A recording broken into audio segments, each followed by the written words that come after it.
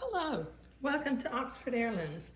This is an introduction to project number 20, which I'm calling Little White Dress. Now, a little white dress on little girls is just really sweet. And if you make the dress fairly plain, like without a gathered lace neckline, you can make lots of little collars and things to go with it, and you can change out the ribbons in the cuffs for different colors. Now, what I'm going to do in this particular project, I'm going to do some hand embroidery up on the bodice because I want the little white dress to be able to stand alone and be pretty. And then I'm also going to do some little bits of hand embroidery along the hem. Now, the pattern that I'm going to be using, this is just a basic square yoke pattern. This one's made by Cherry Williams. This is actually a smock dress, but I'm going to gather the fabric rather than smocking it, and it'll make a nice little dress. Now, my embroidery design for the bodice and for along the hemline, I've shown you this book before that I have, French Hand Sewing for Infants by Sarah Howard Stone. And if I look back on page 111, there's a nice detail for the bodice, this one up here at the top, that I'm going to use. And if I look on page 100, there's a little flower detail that I'm going to do every once in a while along the hem. Okay, all right, now the materials list for this particular project.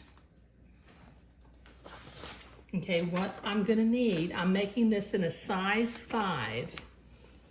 So I'm gonna need 2 1/4 yards of white Swiss batiste, 1 1/4 yard of 1-inch French edging lace, 3/4 yard of 5/8 inch French beading, 2 yards of white silk ribbon, and it's going to be 1/4 inch, about 3 yards of entredot, 3 each of 3/8 inch pearl buttons, and some white or blanc DMC floss.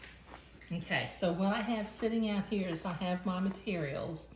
I've got my batiste, my 5/8 inch beading, which looks like this. There's nothing fancy about it. It's just a very simple French beading. I've got my 1/4 inch white silk ribbon. I've got my 1-inch edging lace for the little sleeves. I've got my entredot. I've got my white floss, and I've got my 3 buttons. Okay, now I'll put the materials list up at the end of the video as a slide. But once again, this is an introduction to project number 20, which I'm calling Little White Dress.